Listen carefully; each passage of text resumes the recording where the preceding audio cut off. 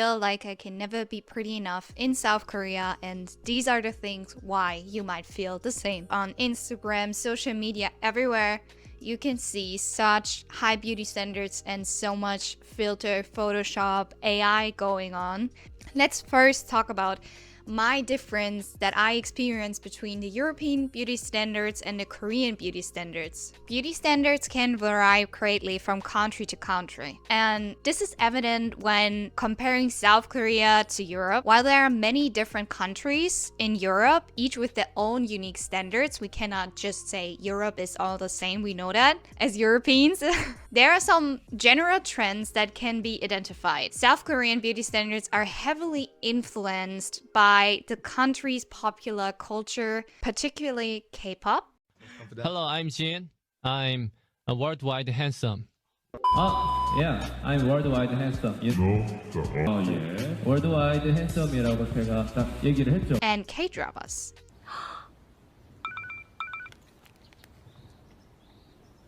여보세요.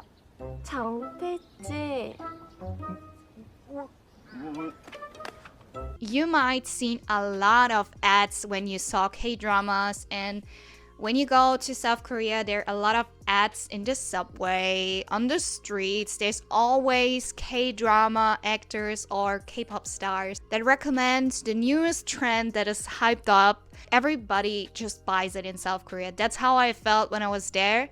Like, you can never escape the beauty standards. It's always there. It's like hits you in your face, you know? The idol look in South Korea is often described as cute or pretty rather than sexy or glamorous. That's how I felt.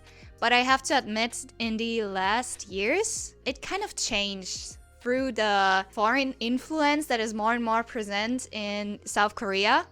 But the original type is more like the soft, cute K-pop idol. That's what I feel like when somebody is mentioning the Korean beauty standards. The next thing that is really creepy for some people, because it's a thing in Japan more than in South Korea, is the part with the youthfulness.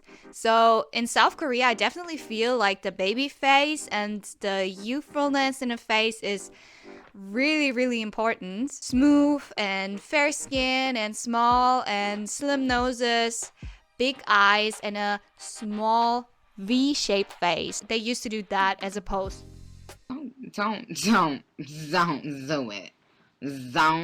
Don't do it. Everybody's talking about that V-shape that we want, and that's really, really Korean for sure. That's a Korean beauty standard. A really high standard already, like smooth skin and youthfulness, and that's why the plastic surgery industry is important in South Korea. Gangnam and all these districts, there's a background why even high schoolers, before they enter university, because it's such a thing that you have a good first impression. And in high school, everybody is like, I'm just gonna concentrate on getting those grades to get into university. And then in university, we're gonna party and have a good life. And I'm gonna have a pretty face for the next job interview that I'm gonna have.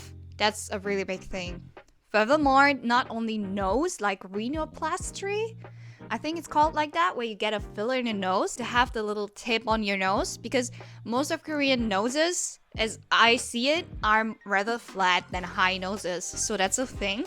And then also the double eyelid surgery. But a lot of Koreans, they're just born and were born with double eyelid already. But if you don't have it, it's still a thing because your eyes just get bigger. That's why. But also there's the other side where a lot of people prefer having the natural eyes and not have the double eyelid. Let's go to Europe. Let's go to Europe. They're really different from country to country, but I still think there's like a thin line where it's still the same. We tend to emphasize individuality, so that means like more natural beauty, and we really kind of hate that plastic look. So if you see somebody has like done plastic surgery, I think it's more a no-no here than in South Korea.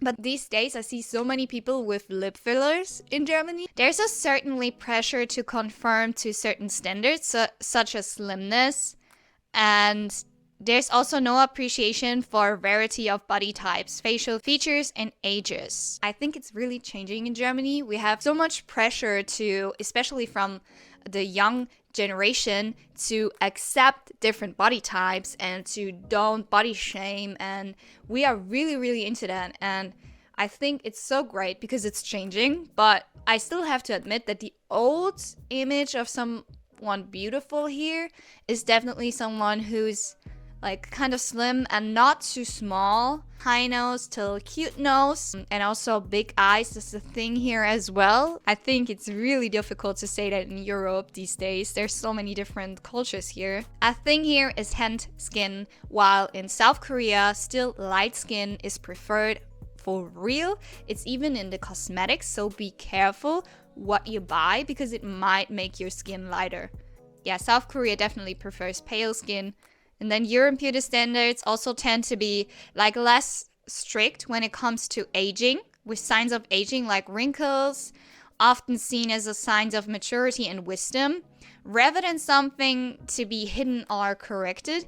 And I feel like in Korea, also like those, I don't know if you see those here. Yeah, those little spots, like those beauty marks.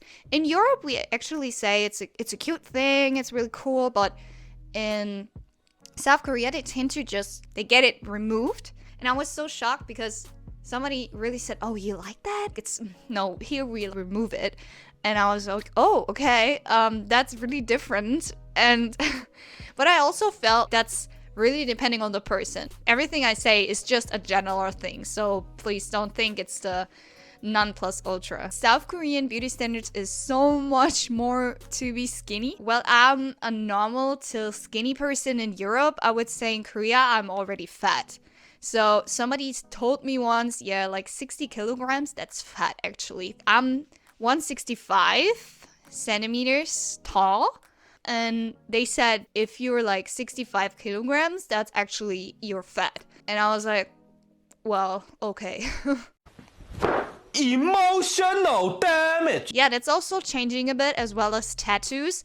Tattoos for older generations in Korea are such a no-go. They'd be like, oh no, that's like you're in a gang. You're in a gang. You're doing like illegal shit. All the illegal drugs you do in your garage. Oh, there's no and illegal on the drugs in my property. garage. Oh, yes, there is, and there's evidence of it. Hello there. Hello, darling. That's what they say. But here in Europe, I feel like it's way more accepted. You don't think right away he's like a robber, but it's still like old people tend to don't like it.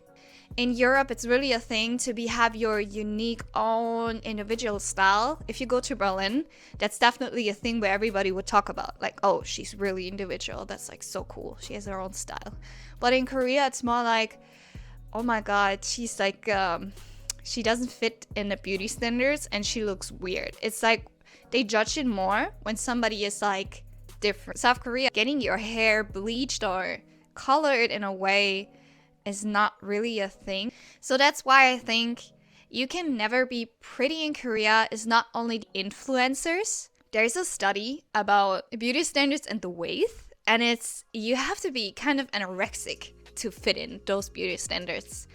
But they're changing a bit. Like for guys in Korea, there's a trend to having more muscles. That's okay, but you also cannot be too bold. There's a trend to accept that more and more. If you go to South Korea, just be aware. We tend to have more like shoulders, tend to have more weight. We tend to have higher noses, what sometimes can be good because that's the beauty thing that they want. But sometimes if you have a really, really big nose, I think like my nose is kind of big already. If you have it too big, they're gonna be like, oh, that's interesting, but some of them might be like, Oh my god, bro. Oh, hell no. Be prepared for that. There is way more than that, but I don't want to talk about it because it's so much and I don't want people to think they have to fit in those beauty standards. If you look like a K-pop idol, you already know how much of your life you have to give in order to be that pretty face with the super slim body and the V-shaped face and the double eyelid and the nose and blah blah blah. You are beautiful the way you are, and there's gonna be someone who finds you attractive, and there's always gonna be someone who finds you not attractive. It really depends. I'm so sad. Why? Why sad? Why? Why? Give up. If you have any questions, let me know in the comments below. And please talk about your own experience.